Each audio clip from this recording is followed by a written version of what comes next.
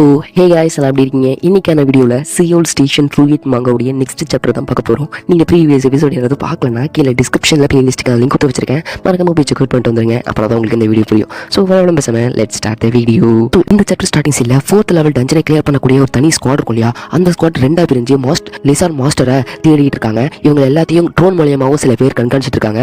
அந்த இடத்துல ஏதோ ஒரு சத்தம் கேட்குதுன்னு சொல்லிட்டு அங்கே இருக்கிறவனும் இங்கே தான் பீஸ்ட் வந்திருக்குன்னு சொல்லிட்டு அவன் பட்டனை ரெடியாக எடுத்து வச்சுட்டு இருக்கான். ஸோ அட்டாக் பண்ணுறதுக்காக அந்த டைம் மேல இருந்து எச்சு விழுது. ஸோ என்னடா அப்படின்ட்டு எட்டி பார்க்குறான். ஸோ மேலே தான் இந்த லிசார்ட் கிங்கே இருக்கு. அவ்வளவுதான், அந்த இடத்துல ஒரு மிகப்பெரிய பிளாஸ்ட் ஏற்படுது. இதை பார்த்துட்டு 2 டீமா ஸ்பிளிட் ஆயிருப்பாங்க இல்லையா, அவங்க எல்லாரும் என்னாச்சுன்னு சொல்லிட்டு வர எல்லா லிசார்ட் மாஸ்டரையும் போட்டு தள்ளிட்டு அந்த இடத்த நோக்கி போயிட்டு இருக்காங்க. அந்த இடத்த கட் பண்ணா அப்பாக்லிப்ஸ் ஸ்டார்ட் ஆயிடுச்சுன்னு சொல்லிட்டு அங்க இருக்க சோல்ஜர்ஸ் எல்லாருமே ஜாம்பிஸ் எல்லாத்தையும் போட்டு தள்ளிட்டு இருக்காங்க. இதே டைம்ல நம்ம லீடர் காட்டாங்க. லீடர் கண்காணிச்சிட்டு இருக்க ஒரு ஹெலிகாப்டர் இருக்கும் இல்லையா, ஏதோ ஒரு அன்னோன் ஆப்ஜெக்ட் நம்ம நோக்கி வந்துட்டு இருக்குன்னு சொல்லிருப்பாங்க இல்லையா, அது ஒரு ஆஸ்ட்ராய்டு வந்து அடிச்சதுல அந்த மொத்த ஏரோப்ளேனுமே வெடிச்சு சிதறது. இது யாராலனா ஒரு மிகப்பெரிய பீஸ்னால தான். ஸோ அது ஆஸ்ட்ராய்டு மாதிரி பின்னாடி வந்துட்டு இருக்கு. இது எல்லாத்தையுமே ஒரு சோல்ஜர் அபிகன் பீரோ கிட்ட இருக்கக்கூடிய மீசோ கிட்ட போட்டு காட்டிட்டு இருக்காங்க. ஸோ அந்த இடத்துல இருந்தவங்களுக்கு என்னாச்சு அப்படின்னு கேட்கும்போது, இல்ல மேடம் நாங்கள் தேடிட்டு இருக்கோம் சொல்லிட்டு அந்த சோல்ஜரை சொல்றாங்க. முட்டாவையோட அந்த இடத்துக்கு ஏன்டா கூட்டிட்டு போனீங்கன்னு சொல்லிட்டு நம்ம லீடரும் வெளியே வந்துட்டு கேப்டனுக்கு கால் பண்ணி பாக்குறாங்க. ஆனா கால் அட்டன் ஆகல. அந்த இடத்த கட் பண்ணோம். அந்த சோல்ஜர் லிசார்ட் கிங் கிட்ட மாட்டிருப்பான் இல்லையா, அவன் வந்து வெளியே வந்து விழுந்துட்டு அவன்கிட்ட இருக்க பாம்பை ஆக்டிவேட் பண்ணி அவனோட சேர்த்து அந்த லிசார்ட் கிங்கையும் போட்டு தள்ளுறான். அந்த இடத்துக்கு வந்து அந்த 2 டீமும் இப்படி ஆயிடுச்சுன்னு சொல்லிட்டு வருத்தப்படுறாங்க. ஸோ அந்த இடத்த கட் பண்ணா இந்த நியூஸ் மீசோவுக்கும் போகுது. என்னடா சொல்றீங்க, ஒரு 4th லெவல் டஞ்சன்ல இப்ப 2 பேர் சாவாங்க அப்படின்னு சொல்லிட்டு அவங்களும் வருத்தப்பட்டு இருக்கும்போது, சரி மற்ற டீம் என்னாச்சு அப்படின்னு கேட்கும்போது 2 நாள்ல ஒரு ஸ்குவாட் முடிச்சுட்டு வந்திருக்கு 4th லெவல் டஞ்சன் அப்படின்னு சொன்னோடனே மீசோவுக்கு ஷாக்கு. அது யார் டீம்னு கேட்டோடனே நம்ம ஹீரோட டீம் தான் சொல்றாங்க. ஸோ இவன் எப்படி இவ்வளவு ஸ்பீடா எல்லாத்தையும் கிளியர் பண்ணிட்டு இருக்கான் அப்படின்னு சொல்லிட்டு அவனை பத்தி நம்ம லீடர் யோசிக்கிறாங்க. அவன் ஸ்ட்ராங்கா இருக்கிறத பத்தி சொல்லியிருப்பான் இல்லையா, நான் 1000 வருஷத்துக்கு மேல இருந்திருக்கேன், அதனால தான் நான் இப்படி இவ்வளவு ஸ்ட்ராங்கா இருக்கேன் அப்படின்னு ஹீரோ சொல்லியிருப்பான் இல்லையா. அதை யோசிச்சு பார்த்துட்டு வெளி உலகத்துக்கும் டஞ்சனுக்கும் ஏகப்பட்ட டிஃபரன்ஸ் இருக்கு. ஸோ டஞ்சன்ல 2 நாள் இருந்தா வெளி உலகத்துல 1 நாள் தான் இருக்கும். எப்படி 1000 வருஷத்துக்கு மேல அவன் வாழ்ந்தான்னு சொல்றான். அவங்க அதை பத்தி யோசிச்சுட்டு இருக்கும்போது இப்ப ஹீரோ எங்கன்னு கேட்கறாங்க.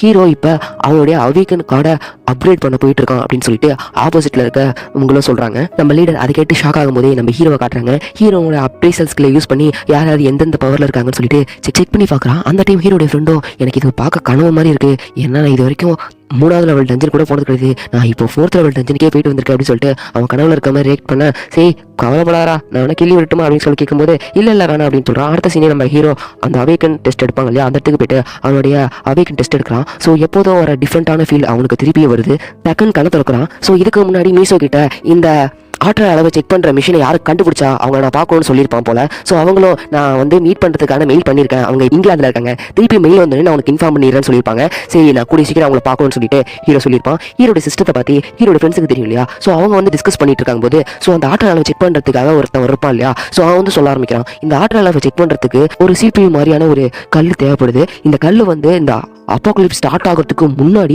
ஒரு பெரிய கல் பூமியில வந்து விழுந்திருக்கு. ஸோ அதை சுற்றி ஏகப்பட்ட இன்ஸ்கிரிப்ஷன், அதுலேருந்து வர பவரை பார்த்துட்டு எல்லா மக்களும் இது ஒரு கடவுளால அமைச்சு வச்ச ஒரு கல் அப்படின்னு சொல்லிட்டு அந்த கல்லையே வழிபட ஆரம்பிச்சிட்டாங்க. ஆனால் சயின்டிஸ்டால இது நம்ப முடியாது இல்லையா, அதனால ஏகப்பட்ட நாட்டில இருந்து இந்த கல்லோடைய சின்ன சின்ன பீஸை எடுத்துட்டு போய் ரெசிஸ்ட் பண்ண ஆரம்பிச்சிருப்பாங்க. ஸோ அதுலேருந்து டெவலப் பண்ணதான் இந்த மிஷின் எல்லாமே. அந்த கல்லோடைய பேர் தான் காட் ஸ்டோன் அப்படின்ட்டு சொல்றாங்க. இது எல்லாத்தையும் கேட்டுட்டு அவங்க எல்லாருமே வெளியே போறாங்க. வெளியே போகும்போது ஹீரோ சொல்றான், இப்போ நான் வந்து 5th லெவல் டஞ்சனை கிளியர் பண்ற அளவுக்கு இப்போ என்கிட்ட பொட்டன்ஷியல் இருக்கு. ஸோ அதனால நான் 5th லெவல் டஞ்சன் கிளியர் பண்ண போறேன், என் ஃப்ரெண்டை கூட்டிட்டு போயிட்டு நீங்க 4th லெவல் டஞ்சனை கிளியர் பண்ணி உங்களோட பவர் இன்க்ரீஸ் பண்ணுங்கன்ட்டு ஹீரோடைய டீம் கிட்ட சொல்றாங்க. அவங்களும் ஓகேன்னு சொல்றாங்க. ஹீரோடைய பிரதர் என்ன சொல்றான்னா, இப்போ நமக்கு 5 பில்லியன் கிடைச்சிருக்கு, ஸோ அதில் பாதியை நம்ம கில்டுக்கு கொடுத்துட்டு மீதி இருக்கிறத ஆளுக்கு பாதி பிரிச்சுக்கலாம் அப்படின்ட்டு சொல்றான். கேட்டு ஹீரோட ஃப்ரெண்ட் ஷாக் ஆகிறான். ஏன்னா ஆளுக்கு பாதினாலும் கூட எனக்கு 500 மில்லியன் கிடைக்குது அப்படின்னு சொல்லிட்டு அவன் ஷாக்கில் இருப்பான். அவன் வந்து அப்படி சொல்லிட்டு இருக்கும்போது அச்சோ எனக்கு கொலை பண்ண ஆள் வர போறாங்க அப்படின்னு சொல்லிட்டு சம்மந்தமே இல்லாம லைவ் ஸ்ட்ரீமர் சொல்றான். என்ன ஆச்சு அப்படின்னு சொல்லிட்டு எல்லாமே கார்ல ஏறும்போது லைவ் ஸ்ட்ரீமரை பாக்குறாங்க. ஸோ அந்த இடத்த கட் பண்ணா ஸ்ட்ரீமரை ஒரு இடத்துல உட்காந்துட்டு லேப்டாப்ல பாத்துக்கிட்டு இருக்கான். ஹீரோக்கு ஏகப்பட்ட பேர் ஃபன் பண்ணிருக்காங்க. இதை பார்த்துட்டு மாங்கோ, ஏன்டா ஹீரோ தான் பிளான்ட் ரிட்டனர்ல தெரிஞ்சிச்சுல, அவன் டஞ்சன் ரிட்டனர் தானே, எதுக்காக அப்பயும் ஹீரோ மேல ஃபன் பண்றாங்க அப்படின்ட்டு மாங்க் லைவ் ஸ்ட்ரீமர்கிட்ட கேட்கறான். ஹீரோ கிட்ட இருக்கிற அந்த ஸ்பிரிட் பவர் இருக்கும் இல்லையா, அதை வச்சு என்கிட்ட சீக்கிரமா வளர வைக்க முடியும். ஆனா மொத்த நாடுகள்லாம் வந்து முன்னாடி ஒரு பிளான்ட் கிரியேட் ஆயிருக்கும் இல்லையா, அந்த இடத்துல நல்லா பசுமையா இருக்கும், அதுல இருந்த ஃபுட்டை நம்ம இடத்துக்கு ப்ரொடியூஸ் பண்ணிட்டு இருப்பாங்க. இப்போ ஹீரோடைய பவர்னால ஈஸியா பிளான்ட்டை வளர வைக்க முடிஞ்சதுன்னா ஃபுட் ரிசோர்ஸஸ்க்கு பஞ்சமே இருக்காது. ஈஸியாவே அவங்க மற்ற நாடுகளுக்கு ஃபுட்டை ப்ரொடியூட் பண்ணலாம். அவங்களோட நாடும் வெல்த்தியா ரிசோர்ஸ் அதிகமாகும். இதனால தான் ஹீரோவுக்கு அதிக பேர் ஃபன் பண்ணியிருப்பாங்க. நம்ம லைஃப் ஸ்ட்ரீமரும் சரி கிடைக்கிற காசை எதுக்கு வேஸ்ட் பண்ணணும் நான் பாக்குறேன் அப்படின்னு சொல்லிட்டு நம்ம ஹீரோவுக்கு இந்த காசு பத்தல, இன்னும் அதிகமா வேணும்னு சொல்லிட்டு இன்னும் பணத்தை கேட்டு ரசிச்சுட்டு இருந்திருப்பான். ஆனா அங்க இருந்தவங்க எல்லாம் நீ ஏதோ ஸ்கேம் பண்ற மாதிரி இருக்கு, ஒழுங்கா அவரே ரெஸ்பான்ஸ் பண்ணும், இல்ல கால் பண்ணியாவது கொடு அப்படின்னு சொல்லிட்டு ப்ரெஷர் பண்ணிருப்பாங்க. அப்படி பண்ணலன்னா நான் உங்களை கொண்டுருவேன் அப்படின்னு சொல்லிட்டு பணம் கொடுத்தவங்க எல்லாம் லைவ் ஸ்ட்ரீமரை மிரட்டிருப்பாங்க. அதனால தான் நான் சாவ போறேன் அப்படின்னு சொல்லிட்டு லைவ் ஸ்ட்ரீமர் சொல்லியிருப்பான். சரி இப்போ நான் என்ன பண்ணணும் ஹீரோ கேட்கும்போது, ஒன்றும் இல்லைனா ஒரே ஒரு வீடியோ ரெக்கார்டு பண்ணியாவது அவங்களுக்கு அனுப்பிவிட்டா வேலை முடிஞ்சது, நான் சேஃப் ஆயிடுவேன் அப்படின்னு சொல்லிட்டு லைவ் ஸ்ட்ரீமர் சொல்றான். சரி நான் செய்யறேன் அப்படின்ட்டு ஹீரோ சொன்னோடனே அவன் லைவ் ஸ்ட்ரீமரும் ரெக்கார்டிங் ஆரம்பிச்சிருவான். எனக்கு இதுல எதுலையுமே இன்ட்ரெஸ்ட் இல்லைன்னு சொல்லிட்டு மொட்டையா நம்ம ஹீரோ சொல்லிட்டு ஏஞ்சி கிளம்பியிருப்பான். அவ்வளவுதான் அப்படின்ட்டு லைவ் ஸ்ட்ரீமர் கேட்கும்போது ஆமா அப்படின்ட்டு ஹீரோ சொல்றான். ஸோ லைவ் ஸ்ட்ரீமருமே எல்லாத்தையும் அனுப்பி வச்சிடறான். சரி டைரக்டா வந்து பேசிட்டுமா அப்படின்னு சொல்லிட்டு ஃபன் பண்ணவங்களாம் கேட்கும்போது சரி வர சொல்லு அப்படின்னு சொல்லிட்டு ஹீரோ சொல்றான். இதை கிட்ட என்ன சொல்றீங்க அப்படின்னு கேட்கும்போது வரணும்னு முடிவு பண்ணிட்டாங்க, வரட்டும் என்னதான் பண்றாங்கன்னு பார்ப்போம் அப்படின்ட்டு ஹீரோ சொல்லிட்டு சாப்பிட கூட்டிட்டு கிளம்பிடுறான். லைவ் ஸ்ட்ரீமரும் எல்லாத்துக்கும் அனுப்பி வச்சிடறான். பணக்கார பையன் என்ன பண்றான்னா போயிட்டு இருக்கான் வண்டியில. அந்த டைம் அவருடைய மேனேஜர் நான் வந்து பார்க் ஷோவை பார்த்தேன், டஞ்சனுக்குள்ள போறதுக்காக வெயிட் பண்ணிருக்கான் அப்படின்னு சொன்னோடனே சீக்கிரம் நிப்பாட்டு அப்படின்னு சொல்லிட்டு அந்த பணக்கார பையன் வண்டியை விட்டுன்னு போட்டு ஷோவை பார்க்க கிளம்புறான். அந்த டைம் அவனுடைய அப்பா கிட்ட இருந்து கால் வருது. அப்பா சொல்லுங்கப்பா அப்படின்னு சொன்னே, நீ எங்கடா இருக்கா சீக்கிரமா வாடா அப்படின்னு சொல்லிட்டு சொல்லும்போது, அப்பா நான் நம்ம டிஜிபி கம்பெனிக்காக ஒரு நல்ல விஷயத்தை ஏற்பாடு பண்ண போறேன் அப்படின்னு சொன்னே, என்னடா செய்ய போறேன் அப்படின்னு கேட்கும்போது பார்க் ஷோவை நமக்கு கீழே வேலை செய்ய வைக்க போறேன் அப்படின்னு சொன்னே, டேய் உனக்கு இதுல சரியான எக்ஸ்பீரியன்ஸ் கிடையாது, நான் அதுக்காக தனியா ஒரு ஆள் அனுப்பி வச்சிருக்கேன், நீ தேவையில்லாம எந்த ஒரு வேலையை செஞ்சு வைக்காத அப்படின்னு சொல்லிட்டு இருக்கும் போதே அவன் கட் பண்ணிடுறான். கட் பண்ணோடனே இருந்தாலும் என்னுடைய அப்பா இந்த அளவுக்கு நம்பிக்கை வைக்காம இருக்கக்கூடாது அப்படின்னு சொல்லிட்டு அவன் புலம்பிட்டு இருக்கான். புலம்பிட்டு ஒரு ஹைடலுக்கு கால் பண்றான். கால் பண்ணி வர சொல்றான். அதனால பொண்ணை வச்சு கரெக்ட் பண்ணிடலாம் அப்படின்னு சொல்லிட்டு அவன் ஒரு பிளானிங்ல இருக்கான். இந்த விஷயத்துல நான் எங்க அப்பா விட சிறந்தவன், எங்க அப்பாவுக்கு நான் ப்ரூஃப் பண்ணி காட்டணும் அப்படின்னு சொல்லிட்டு அந்த பணக்கார பையன் சொல்றான். அந்த இடத்த கட் பண்ணா அழிஞ்சு போன ஒரு இடத்துல வந்து ஒருத்தனை ரெஸ்கியூ பண்றதுக்காக ஏகப்பட்ட ட்ரோன்ஸ் எல்லாம் ஸ்கேன் பண்ணி பார்த்துட்டு இருக்கு. அந்த இடத்துல நிறைய காப்ளின்ஸ் இருக்கு. ஸோ அதை பார்த்துட்டு இன்னொரு இடத்துக்கு போகும்போது அவங்க தேடி வந்த பையனையே கண்டுபிடிச்சிடுறாங்க. கண்டுபிடிச்ச உடனே என்ன ஆகுதுன்னா, கவலைப்படாதீங்க நாங்க உங்களை காப்பாத்திடுறோம்னு சொல்லிட்டு அவங்க காப்பாற்ற வந்தவங்க சொல்லிட்டு இருக்கும்போது முட்டா பேரில் போட்டு கொடுத்துட்டாங்கன்னு சொல்லிட்டு அவன் கடுப்பாகிறான். அந்த டைம் ஒரு காபின் அவன் அட்டாக் பண்ண வரும்போது அவன்கிட்ட அந்த கண்ணை வச்சு அந்த காபில போட்டு தள்ளிட்டு வர காபில் தப்பிச்சு ஓடிட்டு இருக்கான். தப்பிச்சு ஓடிட்டு இருக்கும்போது ஒரு இடத்துல வந்து மாட்டிக்கிறான். அந்த இடத்துல ஸோ ரெஸ்கியூ பண்ண வந்திருப்பாங்க இல்லையா, அவங்க வந்து கண்ணாடி உடச்சிட்டு ஸோ அங்க வர காபின்ஸ் எல்லாம் போட்டு தள்ளிட்டு அந்த பையனை காப்பாத்துறாங்க.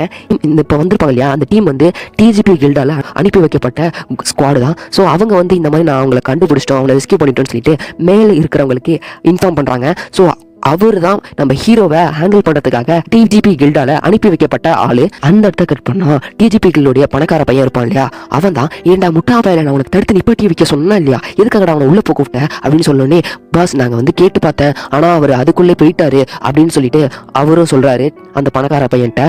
சரி இப்போ சோலோவா தானே போயிருக்கான், சரி திருப்பி வரதுக்கு இப்போ இருந்தாலும் 2 நாள் ஆகும், சரி இங்கேயே இருந்து நீ வெயிட் பண்ணி அவன் வந்தோடனே எனக்கு இன்ஃபார்ம் பண்ணு அப்படின்னு சொல்லிட்டு சொல்றான். ஸோ பக்கத்துல இருந்த கார்லயே அந்த ஹைடலும் இருக்கா, ஏன்னா இன்னைக்கு ஆகாதா அப்படின்னு சொல்லிட்டு அவ கேட்கும்போது ஆமா இன்னும் கொஞ்ச நாள் வெயிட் பண்ணுவோம் அப்படின்னு சொல்லிட்டு அவன் சொல்றான். அந்த இடத்த கட் பண்ணா ஹீரோ டஞ்சனுக்குள்ள காட்டுறாங்க. ஹீரோ 5th லெவல் டஞ்சனுக்கு தானே போயிருப்பான். அங்க ஒர்க் மாஸ்டர் தான் இருக்கும். ஏகப்பட்ட ஒர்க் மாஸ்டரை ஹீரோ போட்டு தள்ளி வச்சிருக்கான். ஹீரோடைய அச்சீவ்மெண்ட் பாயிண்ட் கிட்டத்தட்ட 5000 தொட போகுது. தொடர்றதுக்கு இன்னொரு 10 இருந்தாலே போதும், ஈஸியாவே பாத்தீங்கன்னா 5000 பாயிண்ட் ரீச் ஆயிடும். ஹீரோடைய சிஸ்டம் ஹீரோ கிட்ட என்ன சொல்லுதுன்னா, 5000 அச்சீவ்மெண்ட் பாயிண்ட் நீங்க வச்சிருந்தீங்கன்னா உங்களால ஒரு பீஸ்ட் ஃபார்ம் ஓபன் பண்ண முடியும்னு சொல்லிட்டு ஹீரோடைய சிஸ்டம் சொல்லுது.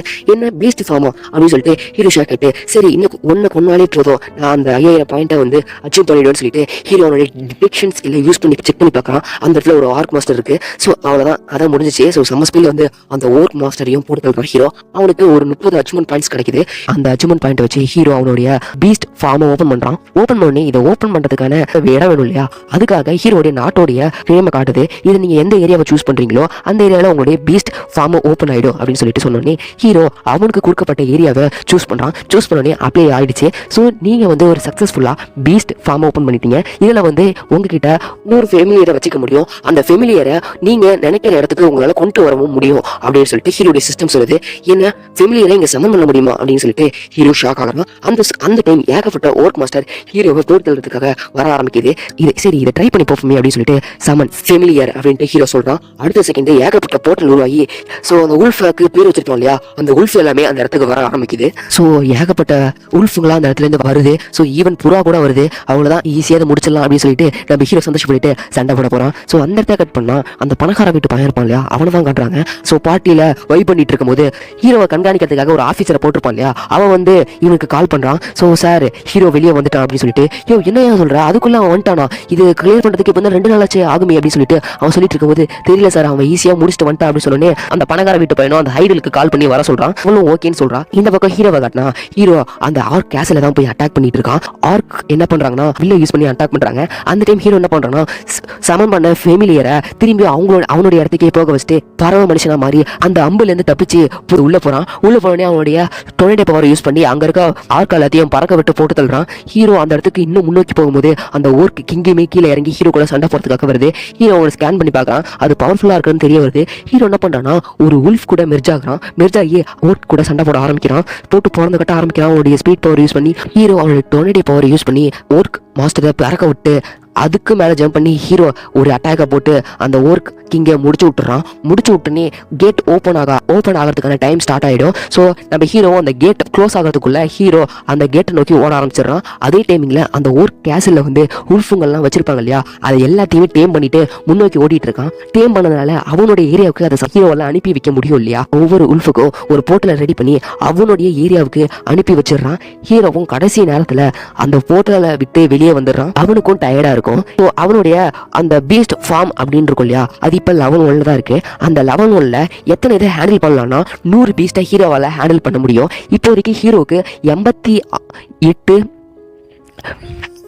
ஃபெமிலியர் இருக்கு. ஸோ அதுல வந்து 86 வந்து உல்ஃபு. ஸோ ஒரே ஒரு புறா, இன்னும் ஒன்று நம்ம பேக்கு. இவங்க எல்லாம் தான் இப்போ நம்ம ஹீரோடைய ஃபெமிலியர். வந்து இதை பார்த்துக்கிட்டு இருக்கும்போது அந்த இடத்துக்கு அந்த ஹைபிள் வரா. ஸோ அப்படின்னு சொல்லிட்டு நம்ம ஹீரோ கிட்ட பேசுறா. ஸோ இதோட இந்த சாப்டர் முடியுது. ஸோ இதோட 15 சாப்டர் கவர் பண்ணி முடியுது. ஸோ நெக்ஸ்ட் சாப்டர்ல சந்திக்கலாம். பாய் பாய்.